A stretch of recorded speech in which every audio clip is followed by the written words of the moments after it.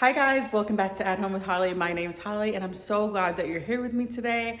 Today we are going to be starting on our water tower, rainwater collection barrel system.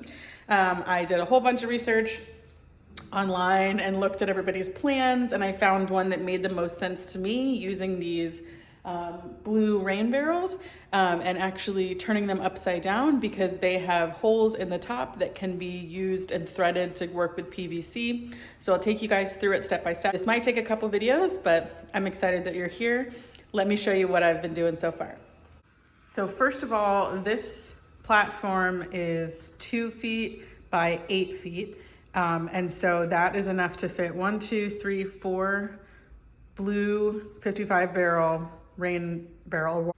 Now, I did start building this last night with my neighbor, and then halfway through I said, hey, do you guys mind if I film this? And they said, yeah, no problem. So shout out to Beth and Mark. So I am going to be finishing this up probably today, but I wanted to walk you through what we did so far. So this board and this board are 2 by 6 by 8. So they go along the sides, and then I took a third 2 by 6 and we cut 2-foot sections off of it. So this piece is 2 feet and this piece over here is 2 feet. And then inside, for a little more support, we have a 2 by 4 running along the inside on the 2 long sides. Today we're going to be cutting our 2 by 4s and laying them across for the support, and then also cutting our 4 by 4s for the legs, attaching them, and then we will be able to flip this whole table over. It's going to be super sturdy, able to hold all of the weight. And then I have some PVC that are going to be using to attach all of the rain barrels. And then we also have a first flush system, but it's still winter. So we're going to build the table and attach all the pipe, and then we will attach it all to the gutter downspout when it's not freezing outside. Okay, but first we do have to make a quick stop at Lowe's, because what is any DIY project without having to go to Lowe's in the middle of the project? So I did need to get some carriage bolts and washers and nuts, and then while I was there I needed to find some kind of wood to go on top of the platform to be able to just to distribute the weight a little bit. So I ended up going to the decking section and I found just these simple little treated deck boards. So I did end up getting 3 of these. I don't want them to completely cover because I want to be able to get access to the little openings. So this is the perfect stuff. So the first thing I did, since I'm not really working off of any plans, I'm just working off of watching a whole bunch of videos on YouTube and trying to figure out the way that it would best translate into my rainwater catchment system. I decided to measure how long was inside, decide where I was going to put the 4 by 4s and where I was going to put the 2 by 4s for the support. So I just went ahead and I marked it all along the side. Now I did decide to build this part of the platform up on the table because I didn't want to build it on the floor and be getting up and down the whole time and worrying about my back and stuff. So for this part, I did decide to, cut all the 2 by 4s standing up from this position. It just felt better on my back. I don't have like a wood shop or anything, but I am able to build a lot of these projects inside my garage and get it done. So I went ahead and cut all the 2 by 4s and laid them in where they went to best support it, leaving room for the 4 by 4s. And then I went ahead and I flipped it over and I took off the original 2 by 4s that we had put in there for support going the long way.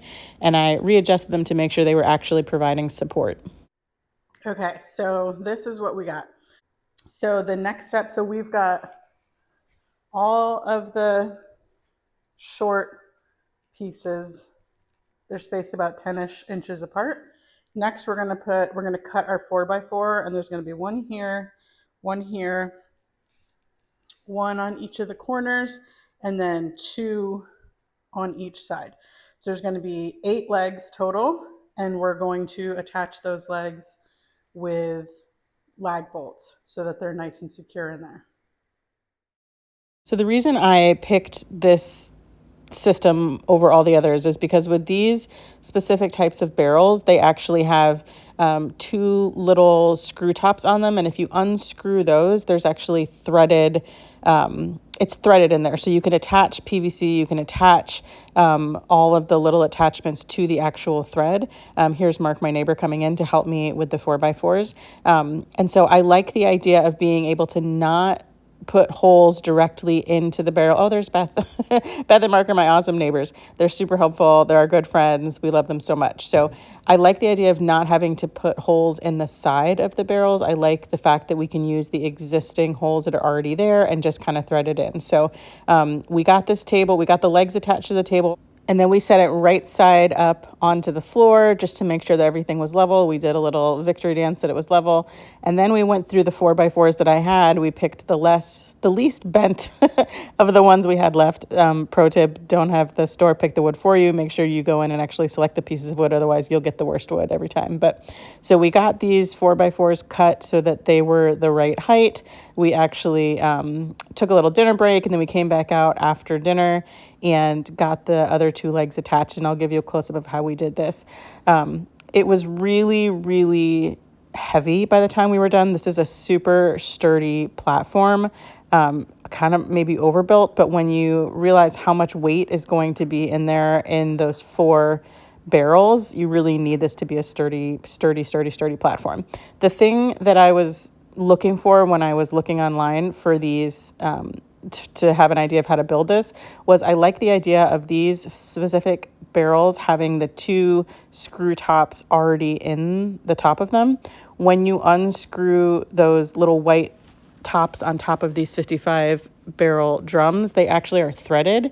And I really liked the idea of being able to get PVC that had a threading and just thread it right into that without making more holes. So when we put these 3 planks on top, we actually made sure we had enough room to be able to get to each of those pre-existing holes, so that when we lay our rain barrels upside down, they are going to have the PVC coming underneath them and fill from the bottom. So I'm super excited about this system. I'm super grateful that Beth and Mark came in to help me. After we were done getting everything attached, we cleaned up the garage so that we could move it over to the side and get my car back in the garage. And then I went ahead and made the second trip to Lowe's. All right, my friends, just got back from Lowe's, and I've got all my PVC fittings and adapters and all the things. We are going to be attaching these rain barrels upside down so that they're going to have a overflow tube so that the water doesn't go above a certain point, and they're going to have fill tubes from the bottom. It's a really cool system, and we're also going to have a first flush and a diverter to put the excess back down the storm drain. So I'm super excited. This is going to do it for part 1 of this project. I am going to take you guys with me as always as we attach all the PVC and the piping and we get it all set up and set together outside. So I want to thank you guys so much for the likes and the comments and the shares. If you haven't subscribed, please consider subscribing. We have a whole lot more projects and gardening and growing and chickens and cooking and fun stuff to do together. So I can't wait to see you guys next time. Thank you so much, my friend. Bye.